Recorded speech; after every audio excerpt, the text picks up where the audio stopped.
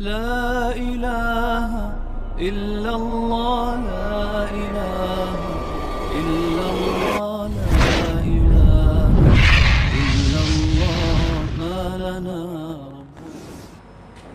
أعوذ بالله من الشيطان الرجيم بسم الله الرحمن الرحيم السلام عليكم ورحمة الله وبركاته.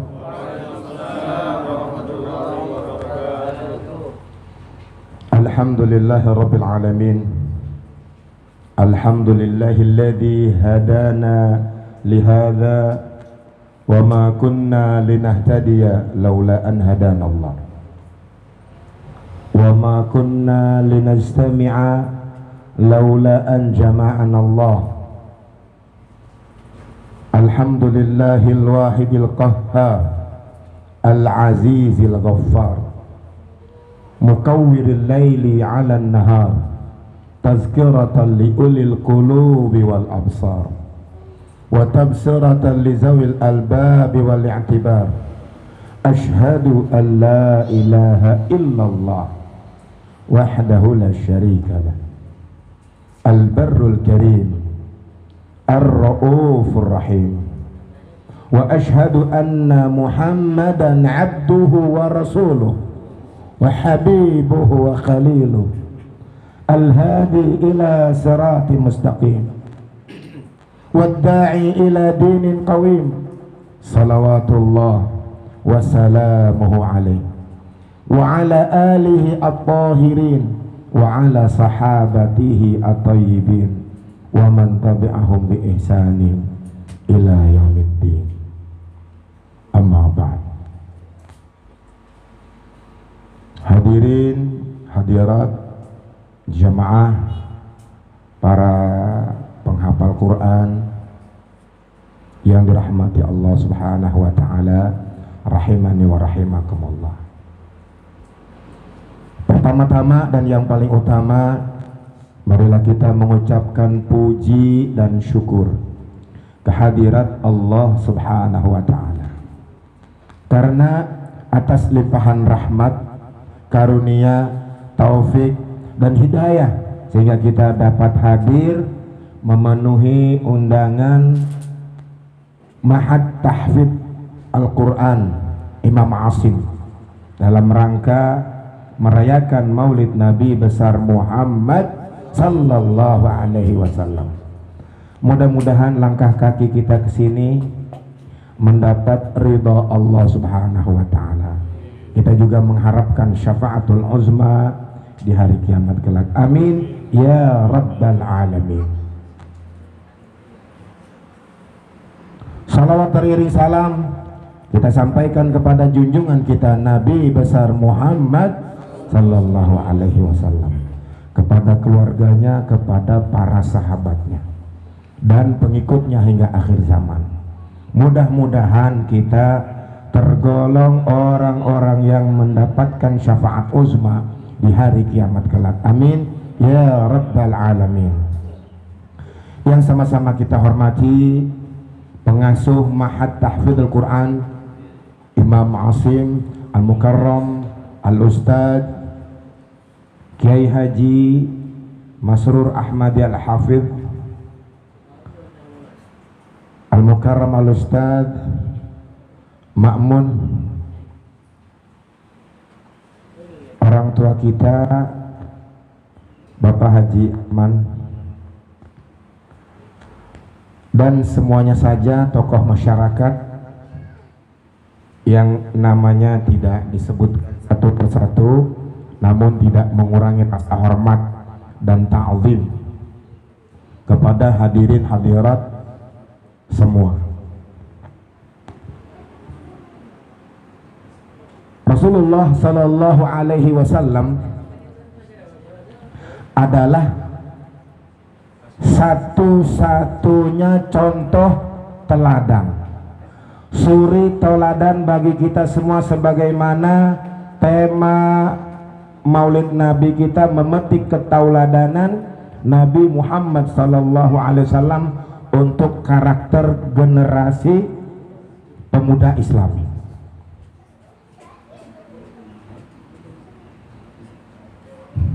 Qori kita telah membacakan surat Al-Ahzab, salah satunya ayat 21. Betul ya Ustaz Dimas? Ya. A'udzubillahi minasyaitonirrajim. Laqad kana lakum fi Rasulillahi uswatun hasanah. Benar-benar telah ada contoh yang nyata di dalam diri Rasulullah sallallahu alaihi wasallam.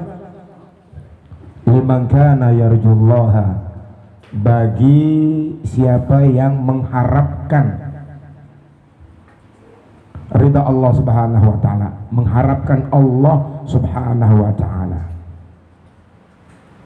wal yawmal akhir, dan datangnya hari akhir, wa dzakarallaha katsira, dan banyak sekali mengingat Allah.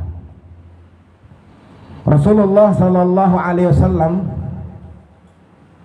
Allah jadikan akhlaknya sangat mulia, menyempurnakan seluruh akhlak. Bahkan di dalam surat Al-Qalam disebutkan, surat Al-Qalam ayat 4, betul kan? A'udzubillahi minasyaitonirrajim. Wa innaka la'ala khuluqin 'azim. Kalau kita lihat dari susunan bahasa Arab, inna itu kan harfu taukid. Harfu taukid, jadi menggunakan kata-kata sesungguhnya. Ini udah mulai gerah nih, nyari sapu tangan.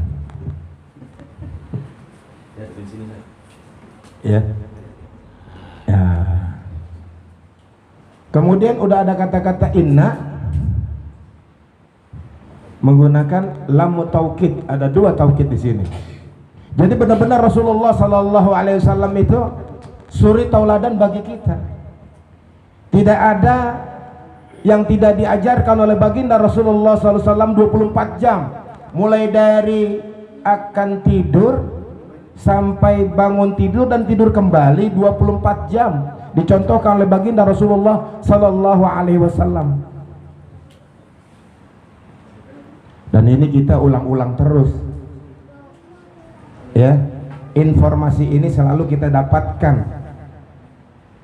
Sebenarnya kalau bukan karena mengamalkan sabda Rasulullah sallallahu alaihi wasallam, idastansahaka fansahu, kalau diminta untuk memberikan nasihat maka berikanlah nasihat. Ini karena diminta. Sebenarnya memberikan tausiah di sini sama seperti apa? Ngasih garam di lautan. Betul Pak? Ini kan para hafadzil Quran Pak. Hafadzil Quran, para pembawa Al-Quran yang di dalamnya itu Masya Allah, setiap satu ayat yang dibaca sebagaimana sabda Rasulullah SAW dari Ibnu Mas'ud radhiyallahu ta'ala anhu, man qara'a harfan min kitabillah falahu hasanah, barang siapa yang membaca satu huruf dari Al-Quran mendapatkan satu kebaikan. Wal hasanatu bi asri amsalihha, dan setiap satu kebaikan dilipat ganda oleh Allah Subhanahu wa taala menjadi 10. La aqulu alif lam mim harfun, aku tidak menyebutkan, tidak mengatakan alif lam mim itu satu huruf, bukan. Walakin alif harfun, wa lamun harfun, wa mimun harfun. Alif satu huruf, lam satu huruf, mim satu huruf, itu sudah 3 huruf. Dan para penghafal Quran, para penghafal Quran itu mengulang-ulang, murojaahnya itu luar biasa. Mudah-mudahan orang yang ikut mendukung, para donatur semua ikut mendapatkan pahala dari setiap hurufnya yang dibaca oleh para penghafal Quran. Amin ya rabbal alamin. Jangan sampai bapak-bapak yang ada di sini tidak ikut ambil bagian. Ya, jangan sampai tidak ikut ambil bagian. Ini rumah yang baru ditempati, kita ikut ambil bagian walaupun sekecil apapun. Dulu waktu Nabi Ibrahim dibakar oleh Raja Namrud, ada burung pipit burung emprit, kalau orang kalender bilang kecil burungnya. Dia berusaha memadamkan itu api yang begitu besarnya. Diketawain sama burung-burung yang lain, Pak. Kenapa? Karena dengan paruhnya yang kecil mana bisa memadamkan segitu besarnya kobaran api yang membakar Nabi Ibrahim alaihissalam. Apa kata burung pipit ini? Saya hanya supaya nanti kalau ditanya oleh Allah Subhanahu wa taala apa yang telah kamu lakukan, kamu telah berbuat apa ketika melihat Khalilullah dibakar dalam kobaran api yang begitu besar? Saya sudah melakukan, ya Allah. Jangan sampai bapak-bapak yang ada di sekitar sini, ibu-ibu, kalau ditanya itu ada rumah tahfidz baru untuk anak-anak, nggak ngikut, ya walaupun dengan paruhnya atau dengan apalah mirip-mirip burung pipit tadi dengan kecil, jangan sampai nggak ikut ambil bagian, Pak. Nanti kalau ditanya, ya adalah, ya mudah-mudahan kita semua diberikan kemudahan oleh Allah Subhanahu wa taala. Rasulullah sallallahu alaihi wasallam ini, para santri generasi muda, Rasulullah kan memiliki 4 sifat, bukan begitu?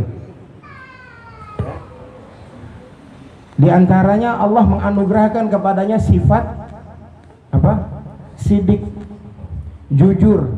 Sejak kecil Rasulullah sudah orang yang dikatakan jujur, tidak pernah berdusta. Sampai ketika Rasulullah sudah diangkat menjadi Rasul, Rasulullah mengumpulkan para keluarganya, pamannya, bibinya, sepupunya, keponakannya dan seluruh kerabat terdekatnya ketika sudah diangkat menjadi Rasul. Ini mereka semua mengakui bahwa Rasulullah itu jujur, sidik. Kalian percaya tidak? Kalau di balik bukit ini ada tentara berkuda mau menyerang kota Mekkah. Abu Lahab mengatakan, lam nujarrib kakadziba. Kami belum pernah melihatmu berdusta. Lam nujarrib kakadziba. Artinya dia udah mengakui kan jujur. Kalau kamu percaya, ya ketahuilah bahwa aku sudah diangkat menjadi Rasul. Langsung apa kata Abu Lahab? Tabban lak. Kalau bahasa orang kalendernya brengsek begitu. Tabban lak, celaka. Tabban itu celaka. Ya, turunlah firman Allah Subhanahu wa taala surat Al-Lahab. Tabbat yada abi lahabi wa tab. Pertama Allah sebutkan celaka tangannya Abu Lahab. Orang kalau tangannya celaka itu sudah mewakili tubuhnya, udah nggak bisa ngapa-ngapain kalau tangannya sudah celaka. Dilanjutkan, dan dia seluruhnya akan celaka. Jadi kita kalau ngomongin Abu Lahab nggak apa-apa, Pak. Kalau kita ngomongin orang yang masih hidup, jangan. Belum tentu kesudahannya itu barangkali dia husnul khotimah, malah sebaliknya kita jangan-jangan kebalikan. Tapi kalau ngomongin Fir'aun, ngomongin Abu Lahab nggak apa-apa, memang benar-benar dalam surat Al-Lahab disebutkan, ya. Shadaqallahul azim. Hadirin hadirat yang dirahmati Allah Subhanahu wa taala, anak muda, ya, tadi meneladani Rasulullah SAW dengan jujur. Kalau boleh berpantun, mikir-mikir dulu. Bulan madu ke Pulau Bali. Ini buat para santri nih. Bulan madu ke Pulau Bali. Nggak ada yang ngomong cakap, kurang kompak. Bapak-bapak, ibu-ibu nggak perlu ke salon, cukup melantunkan pantun itu udah cakep, Pak. Iya, jadi kita nggak perlu ke salon, ya. Nah, saya ulangi lagi. Bulan madu ke Pulau Bali. Jangan lupa ke Pantai Sanur. Ini santri kalau mau disayang kiai, jadilah santri yang jujur. Udah cakep kan, Pak? Nggak perlu ke salon, cukup bacakan pantun aja cakep udah. Ya, saya nggak pernah ke salon. Iya, yang ke salon ibu-ibu. Ibu-ibu, emak-emak juga kalau pinter membawakan pantun cakep terus. Ya. Jemaah yang dirahmati Allah Subhanahu wa taala, selain Rasulullah Allah Subhanahu wa ta'ala anugerahkan kepadanya sifat jujur, juga memiliki sifat amanah. Ya kan? Rasulullah amanah. Makanya as-sadiq al-amin, yang dapat dipercaya sejak kecil. Belum pernah Rasulullah SAW ya bedalah sama manusia yang lain. Makanya Rasulullah SAW kana khuluqul Quran, akhlaknya itu semuanya Al-Quran. Itu diriwayatkan oleh Sayyidah Aisyah radhiyallahu anha. Dan sangat-sangat dipercaya, saking dipercayanya diangkat menjadi manajer. Ada businesswoman yang kaya raya pada saat itu. Siapa Pak? Udah bisa ditebak kan? Kan ini ulang-ulang ceritanya. Siapa Pak? Bu, siapa Bu? Sayyidah Khadijah radhiyallahu anha. Diangkatlah karena terdengar dipercaya, ya, sangat dipercaya, diangkat menjadi manajer. Direktur utamanya sekaligus owner perusahaan terbesar pada saat itu di kota Makkah. Nah ini Rasulullah didelegasikan untuk berangkat ke negeri Syam. Tadi disebutkan dalam syair-syair Islam, Sultanuhu bisyam wulida bi Makkah wa hijratuhu fil Madinah. Ya, dan kekuasaannya sampai ke negeri Syam.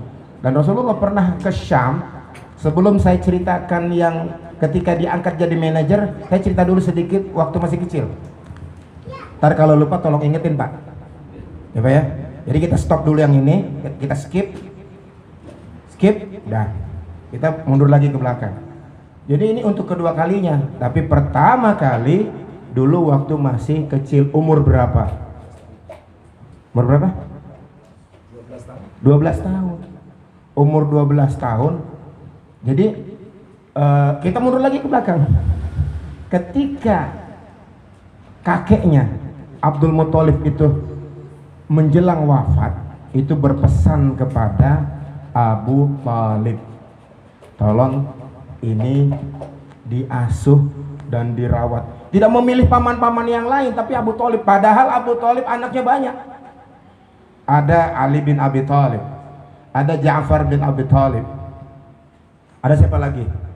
Nama-namanya mirip-mirip sih, Fatimah binti Abi Thalib. Sama-sama semua nama-namanya. Ya. Intinya Abu Thalib itu anaknya sudah banyak. Dan dititipkan lagi, ini tolong dirawat. Nabi Muhammad SAW diserahkan ke Abu Thalib. Dan dia dipesan agar dirawat, diasuh. Saking pesan dipegang oleh Abu Thalib dari ayahandanya, yaitu Abdul Muthalib atau kakek Rasulullah SAW. Kemana Abu Thalib pergi, Rasulullah dibawa. Nabi Muhammad masih kecil ini dibawa, diajak. Padahal itu perjalanan jauh Pak, ke negeri Syam, sekitar kurang lebih 1.500 km. Itu kalau dari Jakarta kemana itu Pak? Mana Pak? Hah? 1.500 km sampai Bali Pak. Ya. Itu rombongan semuanya orang dewasa, hanya ada satu anak kecil usianya 12 tahun. Nabi Muhammad Sallallahu Alaihi Wasallam. Jadi ketika dalam perjalanan itu awan selalu menaungi rombongan tersebut. Jadi ada pendeta namanya pendeta Buhairah di daerah Basrah. Hampir jarang dia keluar dari tempat peribadatannya, jarang. Hari itu dia cuacanya kok beda. Panas tidak, dingin tidak, hujan juga enggak. Akhirnya dia keluar-keluar melihat kok dari kejauhan ada rombongan yang begitu cukup lumayan banyak dipimpin oleh Abu Thalib itu. Itu dinaungi awan.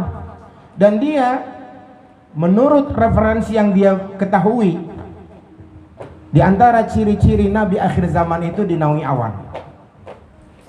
Dinaungi awan.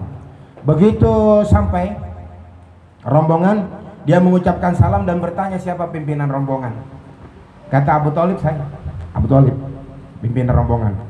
Kemudian semua turun daripada onta-onta mereka, istirahat. Dan pendeta Buhairah ini menyatakan akan memberikan jamuan. Dia penasaran Pak.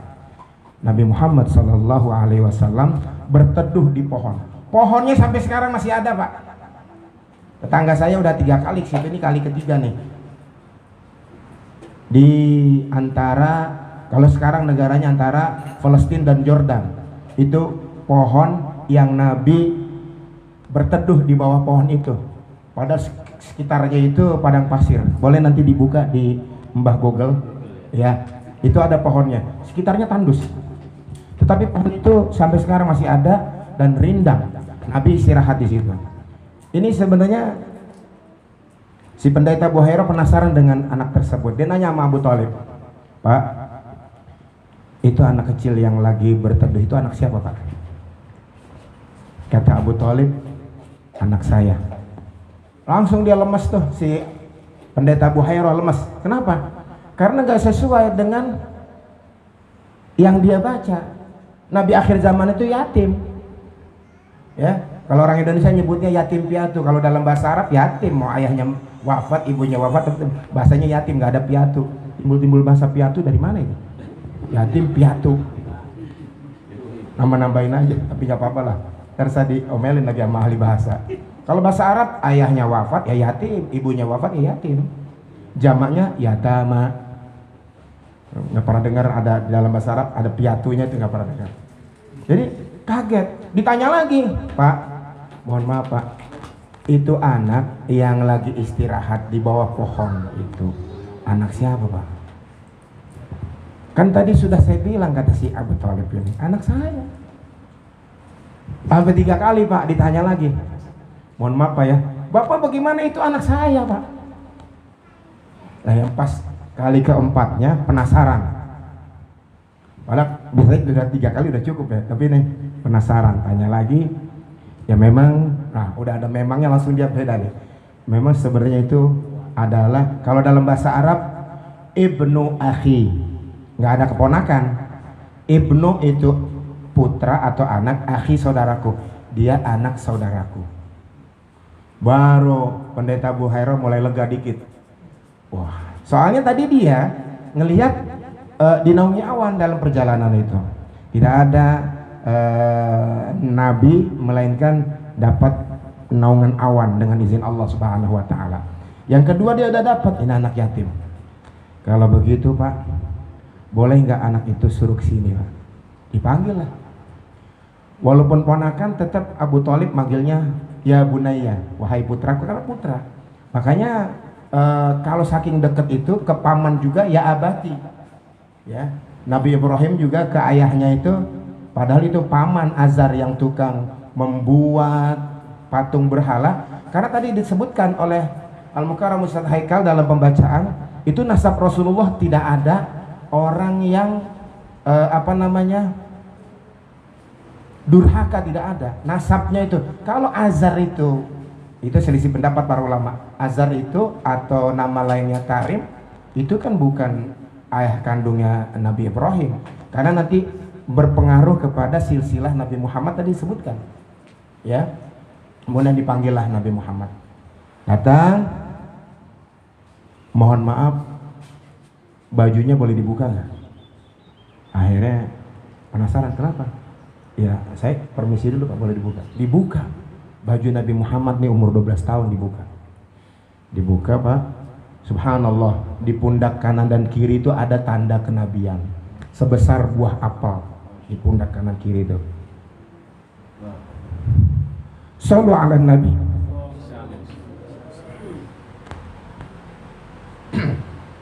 Kemudian dipeluk. Mohon ini anak dikembalikan ke kota Makkah. Jadi akhirnya Abu Thalib membagi 2 rombongan. Yang separuhnya tetap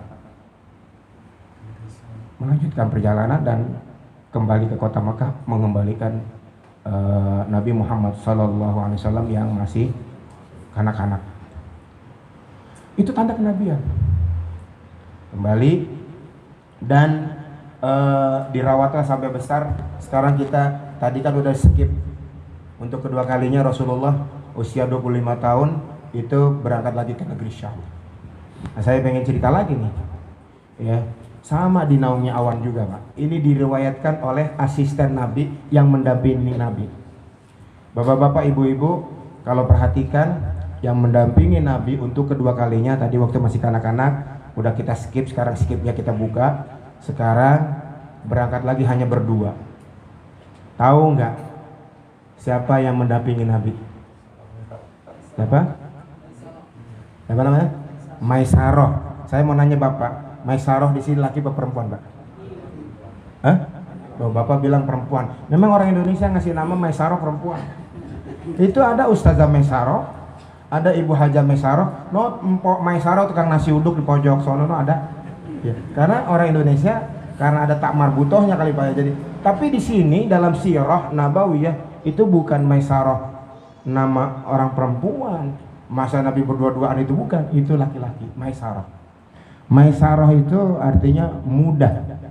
Ya, kalau dalam bahasa Indonesia kan yusrun itu. Allahumma yassir wala tu'asir, permudah.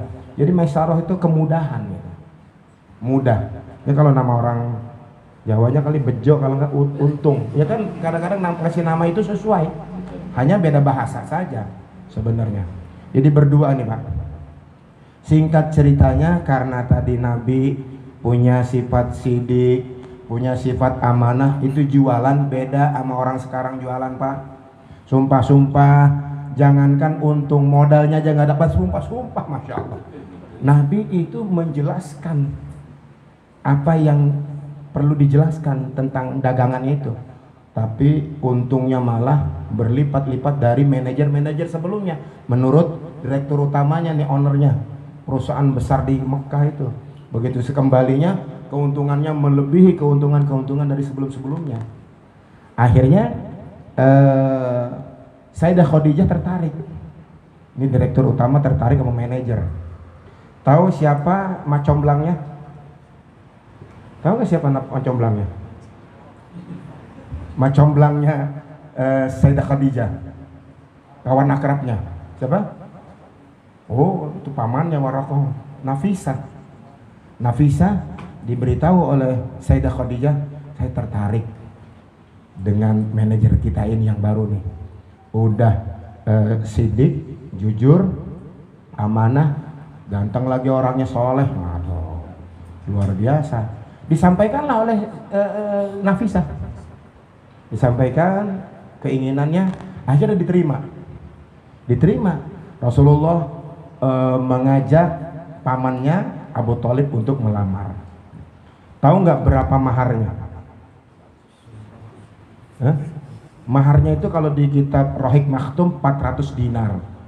Tapi menyembelih onta untuk fakir miskin dan duafa itu 100 ekor unta. Sekarang Pak, saya mau tanya Pak, Bapak tahu nggak harga 1 ekor unta berapa Pak? Itu kalau di Mekah kalau musim haji itu yang unta biasa harganya 20 juta. 20 juta. Tapi kalau agak besar di ini semuanya unta yang terbaik 30 juta. Sekarang 30 juta, Ustadz Muhammad, 30 juta dikali 100 ekor unta berapa? 1 ekornya kan 30 juta, ini ada 100 ekor, berarti dikali 100 3 miliar. Ada kita nikah dengan biaya 3 miliar untuk konsumsinya, ada nggak? Nabi Muhammad ini Pak. Jadi Nabi Muhammad Sallallahu Alaihi Wasallam nikah modalnya besar, tapi ketika memberikan keringanan kepada umatnya, nih nanti nunggu jangan nunggu kelar dulu, yang udah kelar nih yang jomblo mana yang mana ya, itu diberi keringanan, nggak punya modal apa, walaupun dengan surat Al-Fatihah, walaupun dengan surat Al-Ikhlas, Qul huwallahu ahad, ataupun dengan ada orang maharnya surat Ar-Rahman atau satu hafalan Quran, nggak apa-apa, dibolehkan. Tapi Nabi menyontohkan. Maka ini hadisnya jangan dibalik-balik. Kalau kisah ini ya seringnya dibalik-balik, kisah ini dibaca oleh perempuan. Apa? Lihat, kamu kalau mau ngelamar aku, Nabi aja menyembelih 100 ekor onta, bisa nggak? Wah, ini repot. Yang laki-lakinya baca hadisnya begini, aktsarun nisa barokatan aqalluhunna mahran, sebanyak baik-baiknya perempuan seberkah-berkahnya perempuan yang sedikit maharnya. Jadi laki-laki bacanya yang mahar dikit. Iya, dihafalin hadis itu. Aktsarun nisa barokatan, wanita paling banyak keberkahannya aqalluhunna mahron, yang sedikit maharnya. Ada pengen mahar dikit ya? Enak aja. Yang perempuan baca tuh, abang kalau mau ngelamar saya silahkan, bisa nggak menyontoh Nabi 100 ekor unta, yang itu dibaca 100 ekor unta, yang ini maunya mahar kecil, terbalik-balik, akhirnya nggak jadi nikah tuh, jomblo terus itu. Iya, karena Mas Monas disuruh diturunin, ya nggak bisa-bisa, maunya bacanya begini Pak, yang perempuan membaca hadis aktsarun nisa barakatan aqalluhunna mahron, yang laki-laki membaca sirah nabawiyah, memberikan yang terbaik, jangankan 100 ekor unta. Wah, gunung pun kan kudaki, laut pun kan ku arungi. Kalau bisa, tetap nggak bisa juga. Maksudnya jangan dibalik-balik. Artinya diberi kemudahan oleh pihak mempelai wanita dan pihak mempelai. Ini nasihat pernikahan apa ini? Nasihat mempelai pria memberi kesungguhan yang terbaik untuk calon istrinya. Maksudnya begitu. Motivasi untuk para jomblo, judulnya beda lagi. Jemaah yang dirahmati Allah Subhanahu wa taala, Rasulullah sallallahu alaihi wasallam selain memiliki sifat siddiq, jujur, amanah, sangat dipercaya juga tabligh, menyampaikan. Ini perlu buat kita. Sebenarnya siapapun, Rasulullah bersabda untuk menyampaikan, balighu anni walau ayat, sampaikan apa yang ada dariku walaupun satu ayat. Ya, jadi bapak-bapak juga di sini, apalagi kalau para santri udah berapa ayat itu, bapak yang belum punya beberapa ayat, walaupun punya satu ayat suruh sampaikan, karena Nabi punya sifat tabligh, menyampaikan apa? Kebaikan. Di sini ada mahad tahfidz Al-Qur'an, apalagi untuk nanti tingkat anak-anak setelah asar. Bapak nyampaikan itu walaupun satu ayat itu, Pak, sampaikan. Mudah-mudahan dengan ikut andil menyampaikan, di sini akan diadakan anak-anak tahsin, tajwid, bahkan nanti meningkat kepada tahfidz. Bapak-bapak ikut kebagian pahalanya, gitu Pak ya. Siapa yang tadi menyampaikan? Siap. Insya Allah, karena memang ada di sekitar sini. Alhamdulillah, Allah telah mendatangkan kebaikan di rumah ini dan di rumah yang dekat Masjid Al-Fitrah. Subhanallah. Mudah-mudahan kita semua mendapatkan ridha Allah Subhanahu wa taala. Dan sifat yang sering kita dengar juga di antara siddiq, amanah, tabligh, fatonah. Rasulullah cerdas, fatonah, ya. Rasulullah cerdas spiritualnya, cerdas emosionalnya, cerdas. Karena ketika Rasulullah SAW bermuasyarah, ya, bermuasyarah kepada para istri-istrinya, sebagaimana firman Allah Subhanahu wa taala surat An-Nisa ayat 19, betul nggak? Wa ashiruhunna bil ma'ruf. Rasulullah muasyarah, cerdas. Bagaimana Pak? Itu istrinya bukan 1, 2, 3, banyak Pak, tapi karena cerdas dia. Jadi istri itu kan belahan jiwa daripada suaminya. Ketika Nabi Adam telah diciptakan sempurna, keliling-keliling surga, ngelihat ada burung bercengkrama dengan pasangannya. Kok dia nggak punya pasangan? Akhirnya dia tertidur di bawah pohon. Terus ini kalau cerita Israiliyatnya tuh diambil tuh tulang rusuknya tuh, diambil Ustaz. Diciptakanlah dari tulang rusuk Nabi Adam Siti Hawa. Begitu bangun tidur langsung ada Siti Hawa. Jadi Nabi Adam istrinya itu Siti Hawa dari tulang rusuknya. Ini ibu-ibu juga, para istri itu dari tulang rusuk suaminya. Makanya bapak-bapak periksa tulang rusuk bapak, kalau hilang 1 berarti istrinya 1 Pak. Periksa kalau hilangnya 2, periksa sebelah kiri, coba periksa. Ada 2, berarti bini bapak 2. Yang tulang rusuknya habisnya 4 itu bengek tuh Pak. Karena tulang rusuk kita ada berapa sih? Itu 4. kalau emang hilangnya 4 ya. Jadi itu mah Israiliyat Pak ya. Karena Rasulullah sallallahu alaihi wasallam sangat baik kepada keluarganya ya. Begitu banyaknya ya bisa lah, walaupun ada romantika kehidupan Rasulullah, tapi menggauli istri-istrinya dengan baik. Makanya jangan coba-coba satu aja nggak keurus mau nambah lagi Pak, patahin dulu tulang rusuknya biar bilang 2 ya. Di dalam surat An-Nisa juga ya kan, ayat 34 ya, ar-rijalu qawwamuna 'alan nisa, karena laki-laki itu pemimpin daripada keluarga. Maka Rasulullah telah menyontohkan itu semua. Dan Rasulullah SAW hadis yang diriwayatkan oleh Al-Imam At-Tirmidzi, khairukum li ahlihi, sebaik-baik kalian adalah orang yang baik terhadap keluarganya. Wa ana khairukum li ahli, dan aku adalah orang yang paling baik di antara kalian terhadap keluargaku. Masya Allah. Dia itu Rasulullah, jangan ke istrinya, ke anaknya, ke cucunya Pak, diciumin terus Pak. Itu Sayyidina Hasan Husain, cium, peluk, cium. Masya Allah. Datanglah seorang Arab Badui. Arab Badui itu Arab kampung Pak. Datang, belum ngucap salam ngelihat itu Rasulullah kan duduk. Cucunya itu memang udah kayak putranya Pak, memang udah nempel terus itu sholat. Kadang-kadang ada ditaikin lah, mungkin Bapak pernah taikin cucu Bapak kali enggak?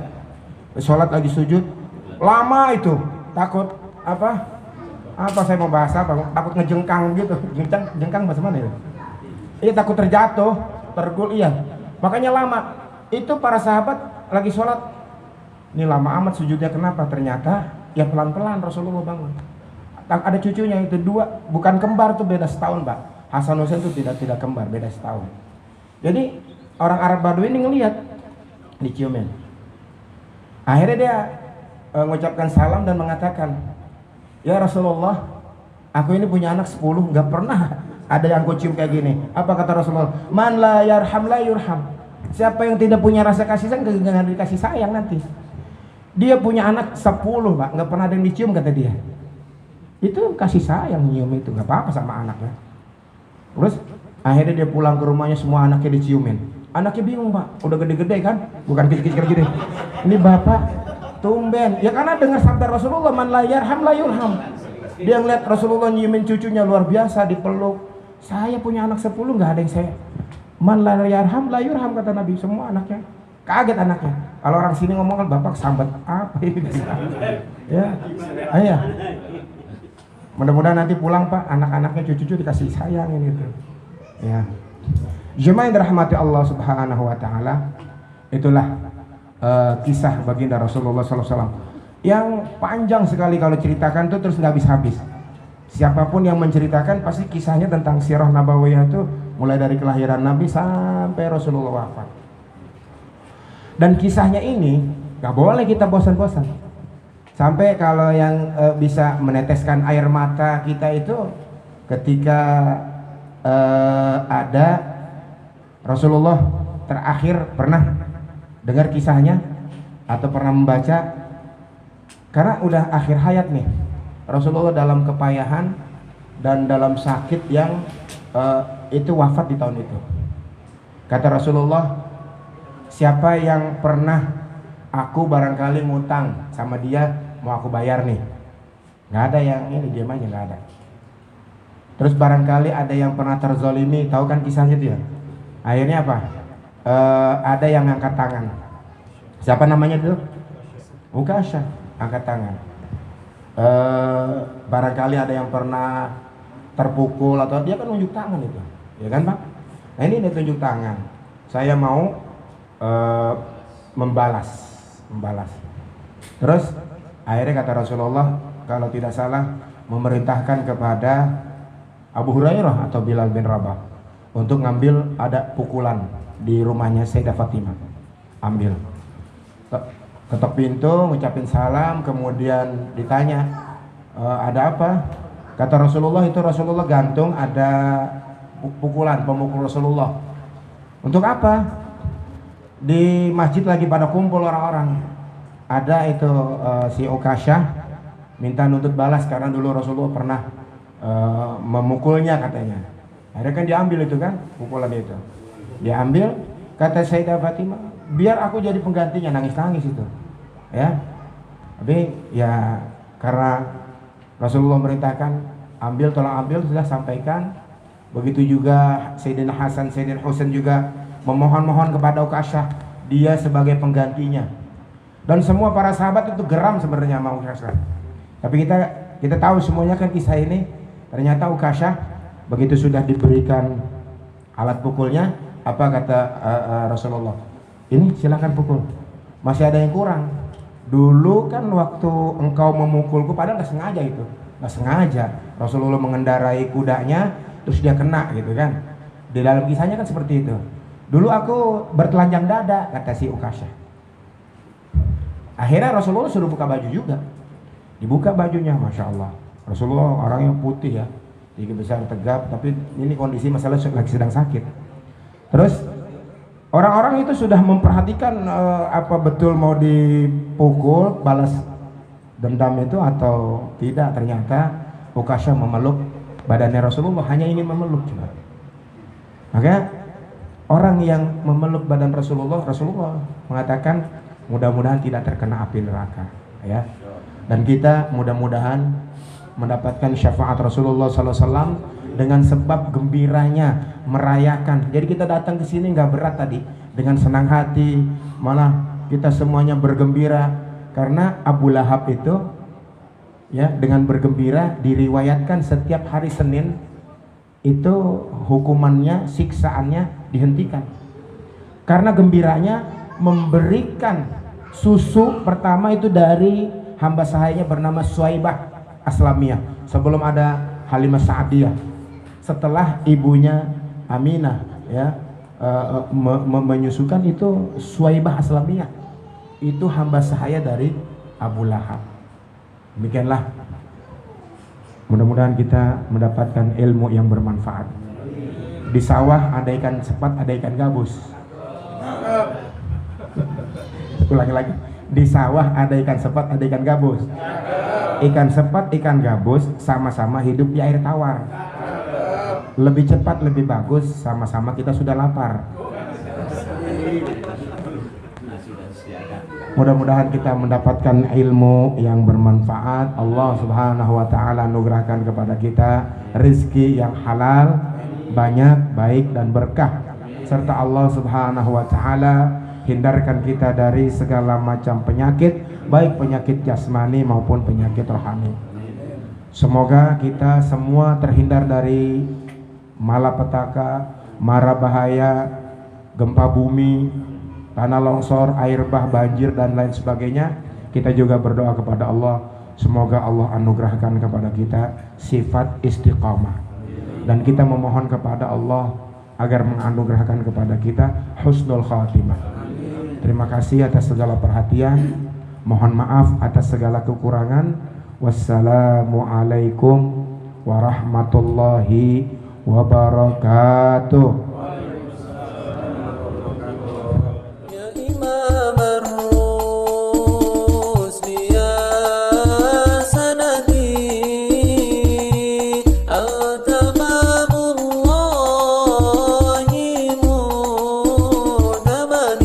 Bye.